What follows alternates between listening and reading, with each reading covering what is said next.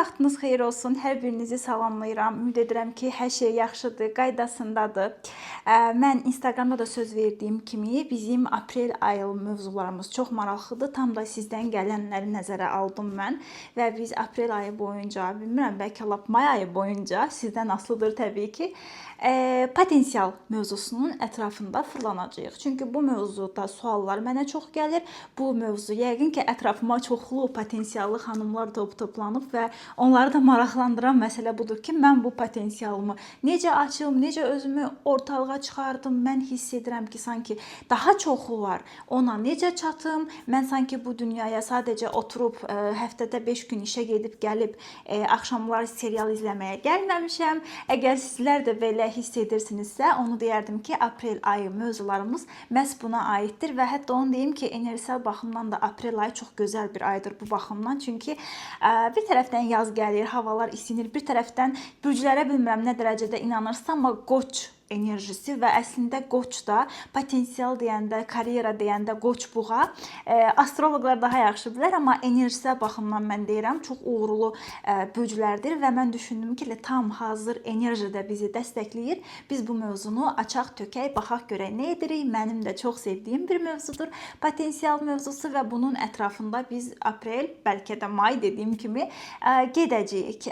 Başlamadan öncə onu deyim ki, kanala abunə olmağı və videonu bəyənməyi, fikirlərinizi şərhə yazmağı unutmayın ki, mən bilim ki, siz izləyirsiniz, fayda alırsınız və mən də davam edim videolara. Təbii ki, alma-vermə balansımızı qorumaq üçün də bu çox-çox önəmlidir.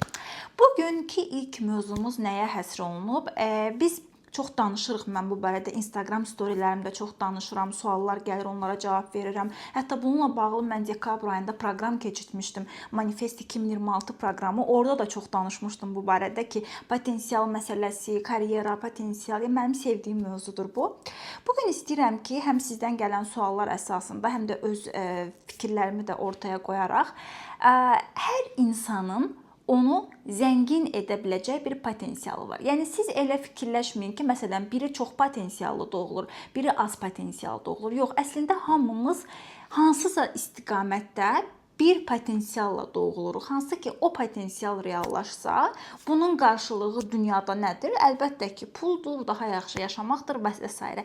Yəni sizin istəyirəm ki, elə bu videoya başlayarkən xatırlayasınız ki, hər birinizdə o potensial var və bu motivasiya cümləsi deyil. Mən həmişə deyirəm, mən motivasiya verməyi sevmirəm. Bu motivasiya cümləsi deyil, bu bir reallıqdır. Sadəcə bizlər, mən düşünürəm ki, iki tələyə düşürük. Bir, elə bilirik ki, bir başqasında olan potensial, onda gördüyümüz mütləq bizdə olmalıdır ki, bizdə nəsə edək. Yəni, özümüzdəkini axtarmadan bir başqası nəyisə edir, onda uğurlu olur və biz deyirik ki, bax, məndə o yoxdur. Demək ki, məndə alınmayacaq. Özümüzə fokuslanmırıq. Bu birinci düşünürəm düşdüyümüz tələdir. İkincisi də ki, ümumiyyətlə potensialla bağlı düşünürəm ki, bir çoxumuz doğru nöqtəyə baxmırıq. Yəni, xüsusən də bu mənim ən sevmədiyim sözdür, potensialı açmaq sözü. Məcbur olduğum üçün mən də istifadə edirəm, amma birinci bunu deyim ki, Manifest 2026-da mən potensialla bağlı danışanda o proqramda elə bütün izahlarımı bu cümlə ilə açmışdım ki, potensialımız bir qutu deyil ki, onun açarını hardasa axtarıb onu gedib açasınız. Potensial bu şəkildə açılmır. Yəni, belə bir ümidiniz varsa, bunu qoyun bir qırağa. Çünki bu şəkildə olmur bu işlər. Dedik ki, nə? Hər birimizin elə bir bacarığı, elə bir potensialı var ki, ona böyük pullar qazandıra bilər, onu belə deyək, istədiyi həyat səviyyəsinə gətirdib çıxarda bilər. Və bunu etmək üçün, bunu yəni bilmək əslində çox asandır. Çox asandır. Heç də düşündüyünüz qədər çətin deyil bu. Mən yadıma gəlir, səhv etmirəmsə biz yayda səhifəmin 1 illiyi ilə bağlı, Instagram səhifəmin 1 illiyi ilə bağlı Telegramda bir proqram keçirtmişdim və orada da mən hətta bu mövzuya toxunmuşdum ki, potensial, çox insan həqiqi potensialını onsuz da bilir. O nə olmalıdır, kim olmalıdır, harda olmalıdır onu bilir. Sadəcə böyüdükcə, yəni fərqli səbəblərdən biz zehnimizdə başlayırıq illüziyalar yaratmağa, həmin o potensialın ətrafında ki, məndə alınmaz, mən bacarmaram, filan kəs filan şeyə görə bacardı, amma məndə bu yoxdur və s. və s. O qədər illüziya yığırıq ki, onun ətrafına. Potensialınızı bəli doğrudan da aparıb sanki bir qutuya qoyub ağzını bağlayırıq ki, bu mənlik deyil və biz gedirik, düşürük başqa şeylərin arxasıca. Hansı ki, o da bizə məxsus deyil. Aydındır. Və hətta bu da bu suala cavab verir ki, niyə bir çoxunuz soru soruşursunuz ki, bilmirəm hardan başlayım, potensialım hardadır, onu da elədim alınmadı, bunu da elədim alınmadı. Çünki çox zaman içinizdə olanı görmürsüz. Başqaları nədəsə uğurlu olubsa, siz də gedib bunu təkrarlamağa çalışırsınız ki, bəlkə məndə də belə alınır. Və bu alınmır təbii ki, çünki istedad ora deyil, çünki təbii şəkildə enerji o istiqamətdə axmır. Bir texnika ilə, hətta belə bu dəqiqə bu videonu saxlayıb gedib dəftər qələm götürə bilərsiniz. Mən sizə 3 sualla biz potensialımızı o necə aça bilərik və potensialım nədir mənim əslində sualına cavab tapaq bərabər və daha sonra artıq bəli onunla bəlkə də bu cavabı onsuz da bilirdiniz, bəlkə də bilmirdiniz, amma fərqi yoxdur. Artıq onunla nə edə bilərik? Onda növbəti videolarda danışarıq. Bu silsilə şəklində olacaq bu videolar. Əgər dəftər qələminiz hazırdırsa, mən sualı dedikcə həm sualı deyəcəm, həm izahını verəcəm və siz də orada istəyirəm ki, cavabını yazasınız. Bir üçlü bir sxem şəklində bunu edək ki, bilənlər bilir, mən sxemləri çox sevirəm. Çünki bu həyatda, kainatda hər şeyin bir sxem, bir düstur, bir riyazi məntiq əsasında olduğuna inanan bir insanım. Birinci nədir? Birinci potensial açma bizim texnikamızda birinci sual çox bəsit bir sualdır. Bəlkə də, amma bəsit olmasına baxmayaraq çox insanda bu sualın cavabını özü haqqında bilmir. Birinci sual odur ki, sən nəyi etməkdən zövq alırsan, sevirsən. Bu və istənilən bir şeydir. Məsələn, siz deyə bilərsiniz ki, yox, bunun nə əlaqəsi var potensialına? Mən ev təmizləməyi sevirəm. Yox, nə əlaqəsi var? Mən oturub nə bilim, nə isə toxumağı sevirəm. Ya nə bilim, mən maşın sürməyi sevirəm. Bilmirəm, mən kamaz sürməyi sevirəm. Hərəniz bir şey deyə bilərsiniz. Çox əlaqəsi var. Biraz səbirli olun. Birinci sual budur ki, sən nəyi sevirsən? Nədir ki, sən onu edirsən və bunu bilirsən necə edirsən? Ehtirasla da. Yəni sənin üçün onu etməyə bir motivasiya lazım deyil. Məsələn, biri var ki, bir insan, elə bir insan ola bilər ki, ona bir tutaq ki da bir evi təmizləmək üçün 3 gün psixoloji olaraq özünü hazırlayır ki, mən ev təmizləməliyəm. Çünki onun üçün bu bir işgəncəyə bərabərdir, düzdür? Amma sən deyirsən ki, yox, nə işgəncə? Mən bunu o qədər sevirəm ki, bu mənim üçün terapiyadır. Məsələn, və yaxud da ki, bayaq dediyim kamaz sürməyi sevirsən və yaxud da ki, sən bilmirəm, maşın sürməyi sevirsən, toxuculuqla məşğulsan, nədir o? Heç mənim bəlkə də ağlıma gəlməyən şey ki, mən danışmağı sevirəm məsələn. Bax, görürsünüz, danışmağı sevirəm. 3-5 dəqiqə, 5-10 dəqiqə boş vaxtım var, onu da burada sizlə dəyərləndirirəm. Buyurun. Nəyi sevirsən, ehtirasın nəyədir? Yəni, sən onu edirsən. Və bundan zövq alırsan və heç vaxt bundan pul qazanmamısan, belə deyək. Bunu yazdıqmı? Hətta məni saxlaya bilərsiniz orada, saxlayın, yazın, sonra davam edərsiniz. Bunu yazdınızsa, keçək ikinci suala. İkinci sual, birinci suala bənzəsə də biraz daha fərqlidir əslində. O nədir ki, sən onu təbii şəkildə başqalarından daha yaxşı edirsən? Bu çox önəmli sual. Çünki birincisi bir ehtirasdan etdiyim bir şeydir. Aydındır. Yəni, məsəl üçün, onu mən sevirəm, edirəm. İkincisi isə mən sadəcə təbii olaraq bunu başqalarından yaxşı edirəm. Məsələn, mən bunu özümlə bağlı fərqindəlik yaşadım. Mən baxdım ki, mən başqalarından, yəni təbii şəkildə, çox yaxşı şəkildə pul idarə edə bilirəm. Yəni başqasının da pulunu versinlər mənə, onu oturum idarə edim. Yəni hətta bunu bildiyim dönəmlərdən sonra mən çox dostuma kömək etmişdim ki, borc döngülərindən çıxsınlar, borclarını ödəsinlər, onları yerinə hesab kitab aparırdım o vaxtı, pullarını idarə edirdim, bölürdüm və s. Yəni, məsəl üçün, bu mənim üçün bilirsiniz necə, bir tərəfdən belə asan bir şey deyil, amma bir tərəfdən də mən baxıram ki, tamam, mən bu adama kömək edim, çünki mən bunu ondan daha yaxşı bacarıram. Bax, nədir ki o, siz onu bir başqasından, ola bilər ki, siz deyirsiniz ki, bu mənim heç ehtirasım deyil, məsələn, yəni mənə maraqlı, amma siz onu başqasından yaxşı bacarırsınız. Sadəcə budur məsələ. Yəni daha çox məsuliyyət götürmək demək. Məsələn, plansız biri ilə yaşayırsınız və siz onun yerinə hər şeyi planlayırsınız. Yəni avtomatik şəkildə bu sizin bəlkə də ehtirasınız deyil. Birinci sual cavabı qədər ehtiraslı deyil sizə, amma siz bunu ondan bir başqasından daha yaxşı edirsiniz avtomatik şəkildə və ona görə də bu elə çox vaxtı da sizin borcunuz olur. Nə bilim, rəfiqələrinizlə bir yerə gedirsiniz, bütün biletləri siz alırsınız, oteli siz tutursunuz, hər şeyi hara gedəcəyini, bütün bütün detallara siz nəzarət edirsiniz. Çünki sizin belə bir planlayıcı, nəzarət edici bir tərəfiniz var. Baxmayaraq ki, yenə də deyirəm, bu bəlkə ehtiras deyil, amma yəni bir şəkildə siz bunu başqalarından daha yaxşı etdiyinizə görə bu situasiyaya gəlib çıxmısınız. Bu ikinci sualdır. İndi buna cavab verməyinizi istəyirəm. Mən də biraz sanki gözlədim. Elə hesab edin ki, gözlədim. Siz məni saxlaya bilərsiniz orada. Və üçüncü suala gəlirik.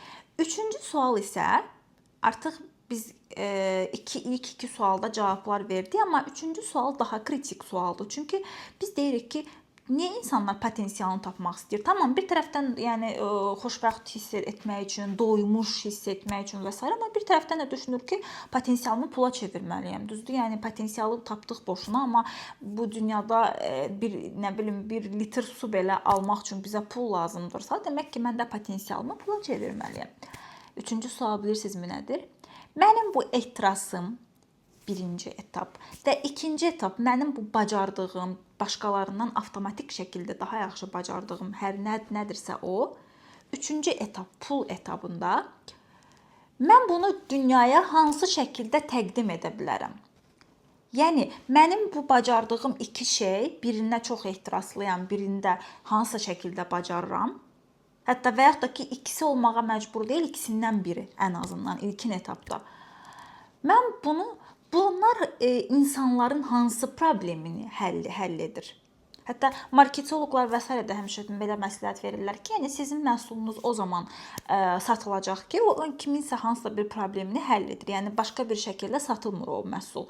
Nəsə həll etməlidir. Və sizin də baxırsınız ki, ilk iki etapda ola bilər ki, ikisi də bir-birinə yaxın bir şeydirsə, ikisi də ola bilər ki, çox əlaqəsiz şeylərdir, ikisindən biri. Kimin hansı problemini həll edə bilər ki, mən bunu pula çevirim? Fikir verdinizmi? Bax, biz bu üç etapda əslində potensialı tapıb və onu reallaşdırırıq. Və bu, belə bir nümunə hətta deyək, bəsit bir nümunə olsun. Tutaq ki, birinci etapda siz yazdınız ki, mən çox, ehtirasla nə edirəm? Mən çox ehtirasla təmizlik edirəm evdə. İkinci etapda yazdınız ki, mən çox məsuliyyətli biriyəm. Bütün gün elə bunun, dostun, tanışın yerinə, kömək edirəm, qərar verirəm, sənət işləri ilə məşğulam, bunlarla məşğulam. Üçüncü etapda baxdıq ki, bir tərəfdə var, tutaq ki, təmizliyi ehtiras kimi görən biri və sənət işləri ilə bir şəkildə məşğul olan biri.